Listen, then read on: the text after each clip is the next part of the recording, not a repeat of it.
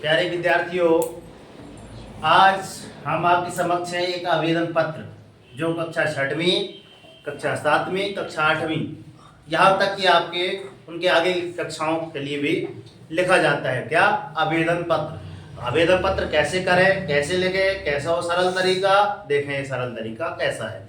मगर अगर ये तरीका आपको अच्छा लगा है तो अपने आप अंदर से फीलिंग आ जाएगी, सर कि कर दिखाया हमने ऐसा कि दुनिया करना चाहेगी हमारे जैसा।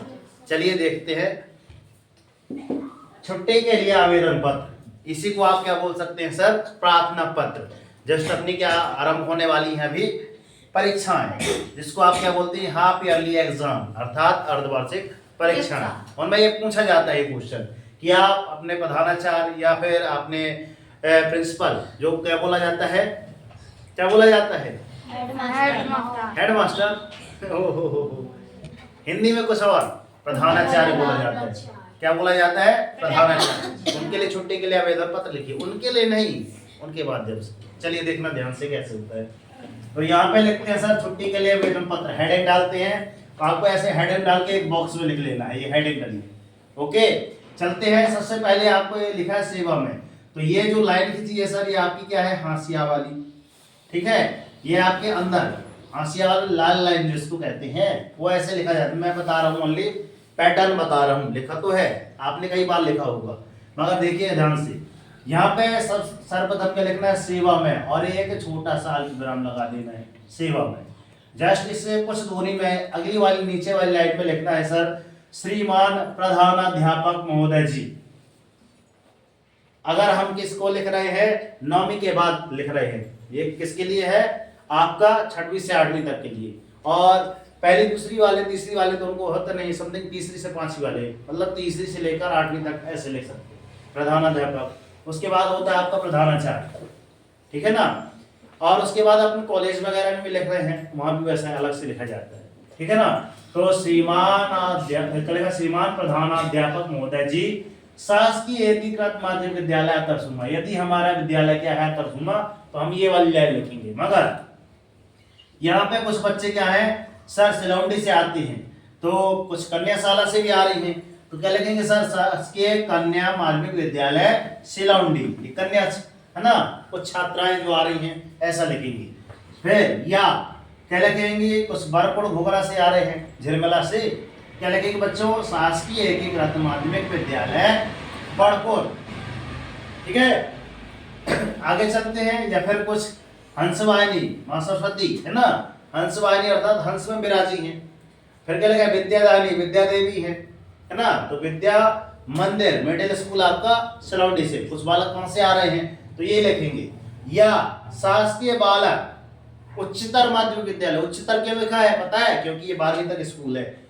अगर हाई स्कूल लिखा होता तो क्या क्या आता आपका? 10वीं तक, है ना। और आपका क्या लिखा है? शासकीय उच्च, क्या लिखो? माध्यमिक लिखा है। माध्यमिक मतलब कहां तक रहता है आपका? 8वीं तक। और प्राथमिक लिखा रहता है तो क्या आता है आपका? 5वीं तक। सारी क्लास हो गई, ठीक है। ध्यान से सुन लेना एक बार रिवाइज करके। तो शासकीय बालक उच्चतर माध्यमिक विद्यालय आपका सिलौंडी, ये सिलौंडी पढ़ने वाले छात्र हो गए। साइड में यहाँ हाशिया के अंदर लिखा जाता है सर विषय। क्या विषय? 3 दिन की छुट्टी, 3 दिन का अवकाश या फिर 3 दिन की छुट्टी के लिए आवेदन पत्र। मैं यहाँ पे एक लाइन भूल गया हूँ, सॉरी।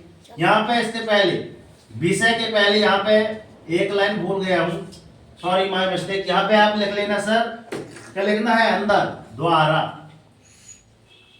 क्या लिखना है? द्वारा कक्षा शिक्षक जी। क्या लिखना है बच्चों यहाँ पे? कक्षा शिक्षक जी, है ना। यहां लेके दे रहा हूं, कक्षा शिक्षक जी। इसलिए मैं बोलता हूं हमेशा दोहराना चाहिए। क्यों?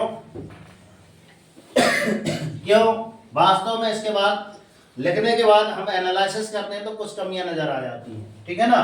तो द्वारा मतलब कक्षा शिक्षक जी, ये जरूरी क्यों है? क्योंकि हम कक्षा शिक्षक जो आपकी क्लास टीचर है ना, उनके माध्यम से हम ये आवेदन पत्र पहुंचा रहे हैं, अपने प्रधानाचार्य को पहुंचा रहे हैं। आई बात समझ में? इसलिए लिखना बहुत जरूरी है। द्वारा क्या लिखेंगे? द्वारा कक्षा शिक्षक जी। विषय 3 दिन का अवकाश हेतु प्रार्थना पत्र या फिर आपका आवेदन पत्र, ठीक है ना।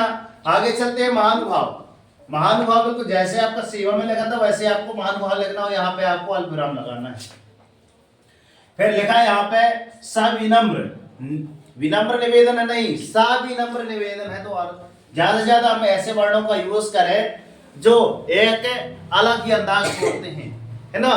तो इसलिए हमने यहाँ पे लिखा है सविनम्र निवेदन है कि मुझे कल रात्रि से अचानक बुखार आ जाने के कारण मैं शाला में उपस्थित, अब ये वाला मैं, तो ये शाला की बात कर रही है इसलिए कर रहे हैं, इसलिए यहाँ पे मैं आएगा, और अपनी बात कर रहे हैं इसलिए मैं आएगा।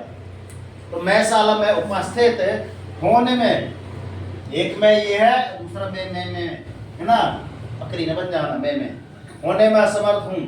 अतः मान्यवर जी से निवेदन है कि मुझे दिनांक 4/12/2024 से 3 दिन की ले रहे हैं छुट्टी, है ना। तो 4 फिर 5 फिर 6, 3 दिन हो गए, तो 6 6 दूनी 12 और 12 दूनी 24, ठीक है। बढ़िया डेट फंसी है सर, 6 6 दूनी 12 12 दूनी 24 तक की छुट्टी देने की कृपा करें। और नीचे अभी सर इसके लिए ना मैं सदैव आपका आभारी रहूंगा, मैं आपका हृदय से आभार व्यक्त करता हूं सर कि आप मुझे, अगर आप 3 दिन की छुट्टी प्रदान कर देंगे ना, मैं आप क्या करूंगा, बहुत आभार। नीचे आपको क्या लिखना है, आपको धन्यवाद, है ना, धन्यवाद। फिर यहाँ पे साइड में ये जितना आप लिखे हैं उसी के साइड में लिखना क्या, आपका आज्ञाकारी छात्र या फिर छात्रा। फिर छात्र में आपका नाम आ जाएगा, फिर आपकी कक्षा आ जाएगी, कक्षा का रोल नंबर आ जाएगा, तो उसके बाद आपका डाइस कोड जरूर लिख देना। साला का डाइस कोड होना बहुत जरूरी है, याद रख लेना, ठीक है ना। और यहाँ पे साइड में आपके यहाँ पे दिनांक लिखी जाती है, और उसी दिनांक के नीचे आपके लिखे जाते हैं पालक के हस्ताक्षर। यहाँ माता, यहाँ पे पिता, दादा दादी हो तो वहां भी लिख देना, ठीक है। तो इतनी बात समझ में आई yes and no, yes sir ji. ये फॉर्मेट यदि आपको नहीं पता था, है ना, और पता भी था, तो सिस्टम से देखिएगा जमाना कैसे है, ऐसे पेपर में आते हैं और हमेशा हर साल परीक्षाएं पूछे जाती हैं। तो यही आपका अर्धवार्षिक में रहेगा पैटर्न, यही आपके वार्षिक में, ओनली डेट ओनली चेंज हो जाएगी, ठीक है ना। वीडियो कैसी लगी हो, अच्छी लगी हो तो सर, नए हो तो चैनल को लाइक कर ले, सब्सक्राइब कर ले, नोटिफिकेशन ऑन कर ले। और हम तो यही कहते हैं दोस्त कि कर दिखाओ ऐसा कि दुनिया करना चाहे। अब उठो जागो संघर्ष करो, उठो जागो संघर्ष करो, जब तक नहीं रुकना जब तक कि आपको आपका लक्ष्य न मिल जाए। डेली मॉर्निंग उठकर अपने एक टारगेट सेट कीजिए। आज का टारगेट मैं बता दे रहा हूँ, टारगेट ये है कि इस प्रकार के सारे, एक लेटर आप किसके लिए लिखेंगे, अतरसुमा के लिए लिखेंगे पूरा, फिर एक लेटर किसके लिए लिखेंगे, शिलौंडी के लिए, दूसरा पूरा यही उतारना है, ओनली एक चीज लिखना है, ठीक है ना। तीसरा आप इसके लिखेंगे बड़कोर के लिए लिखेंगे, यही बोल के पूरा। उसके बाद चौथा आप ये लिखेंगे शिलौंडी के लिए। अब बताओ 4 बार जब हम लिखेंगे, 4 बार लिखेंगे, ओनली यहाँ पे बार बार नहीं लिखना, ओनली एक ही चीज लिखना। तो जब 4 बार लिखेंगे बताओ याद हो जाएगा कि ना हो पाएगा, हो जाएगा, हमेशा के लिए हो जाएगा, है ना। तो जिस दिन आपको याद हो जाएगा ना, उस दिन आपकी लाइफ ऑटोमेटिक चेंज हो जाएगा, ठीक है ना। तो सर मिलते हैं नेक्स्ट वीडियो में, तब तक के लिए सर जय हिंद, वंदे मातरम, भारत माता की जय, तिरंगे झंडे की जय, मैया की जय हिंद। कहाँ से वीडियो वॉच कर रहे हैं, अपना नाम, कक्षा का नाम जरूर बताएं, और आप वीडियो अच्छी लगी हो तो शेयर जरूर करें। जय हिंद।